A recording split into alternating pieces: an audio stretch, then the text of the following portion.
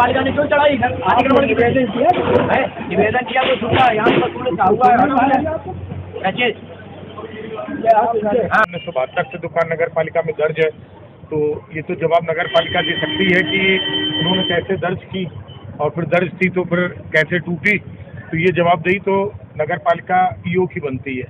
और अतिक्रमण अभियान के तहत बीते दिन चौक बाजार में स्थित गगनचुंबी 3 मंजिला इमारत को ध्वस्त किया गया, जिससे व्यापारियों में रोष व्याप्त है। इस ध्वस्तीकरण के समय वरिष्ठ व्यापारी नेता अरुण प्रकाश ददुआ ने नगर मजिस्ट्रेट से व्यापारियों के हित में बड़ी मिन्नतें की, परंतु कोई परिणाम नहीं निकला। उनके अतिरिक्त अन्य व्यापारी नेता व बड़े व्यापारी प्रशासनिक कार्रवाई से दुबके रहे। तो नमस्कार, मैं इरशाद अली और आप देख रहे हैं यूपी 76 न्यूज़, खबर हमारी दुनिया तक।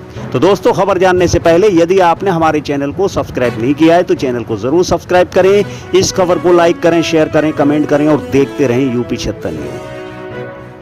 चौक बाजार में बीते दिन बहुमंजिला इमारत के ध्वस्तीकरण के बाद हिम्मत जुटाकर युवा व्यापार मंडल सड़क पर उतर आया और मास्टर प्लान अभियान से गुस्साए बर्तन बाजार व नाला मछरट्टा के व्यापारियों ने बाजार बंद का आह्वान किया। दरअसल डरे सहमे व्यापारियों ने युवा व्यापार मंडल नगर अध्यक्ष अंकुर श्रीवास्तव को बुलाकर अपनी समस्याएं बताईं और बैठक कर निर्णय लिया गया कि प्रशासनिक कार्रवाई के विरोध में बाजार बंद किया जाएगा और नाला मछरट्टा से बाजार बंद करने की शुरुआत की गई। युवा व्यापार मंडल नगर अध्यक्ष अंकुर श्रीवास्तव के नेतृत्व में अतिक्रमण अभियान के विरोध में अतिक्रमण अभियान मुर्दाबाद, व्यापारी एकता जिंदाबाद के नारों के साथ व्यापार मंडल का काफिला निकल पड़ा। बाजार बंदी की खबर सुन पुलिस महकमे में हड़कंप मच गया और सीओ सिटी व शहर कोतवाल तुरंत मौके पर पहुंचे, जिन्हें देख व्यापारी नेता घबरा गए और मौके से धीरे धीरे 9-2-11 हो गए। खैर, कुछ भी हो, युवा व्यापार मंडल ने कम से कम कुछ तो किया, परंतु जनता के हितैषी पूर्व एमएलसी व चेयरमैन पति मनोज अग्रवाल मौन धारण किए अपने आवास में बैठे रहे, जबकि उनके आवास के चंद कदमों की दूरी पर बुलडोजर तांडव करता रहा। व्यापारियों में हाहाकार मचा हुआ था। वहीं पर मौजूद लोगों में ये चर्चा चल रही थी कि इमारत के भड़बड़ाकर गिरने की धमक चेयरमैन के आवास तक पहुंची। उन्हें कम से कम व्यापारियों के दुख में शरीक होना चाहिए था, क्योंकि वह भी एक व्यापारी हैं। लोगों ने ये तक कहा कि व्यापारियों के साथ नहीं तो प्रशासन के साथ खुलकर सहयोग करना चाहिए था। खैर, शहर के बहुचर्चित समाजसेवी मोहन अग्रवाल इस अभियान में प्रारंभ से ही उपस्थित थे और जितनी भी हो सकी व्यापारियों की मदद की। वहीं वार्ता के दौरान मोहन अग्रवाल ने नगर पालिका पर कई सवाल उठाए और यूपी 76 न्यूज़ को बताया। भैया, आज कार्यवाही जो हो रही है कितना इत्तेफाक है? देखिए, जैसा कि शासन की नीति है कि हम जो है सड़कों को चौड़ा करें, ठीक है, तो इसके 2 परिणाम हैं। एक तो जो तुरंत से चीज़ें हो रही हैं, इससे स्वाभाविक सी बात है कि व्यापारी के लिए बहुत बड़ी समस्या है। उसकी चलती हुई दुकान बंद है, उसको उल्टा दुकान तोड़ने के लिए पैसा खर्च करना पड़ रहा, फिर वो बनाएगा।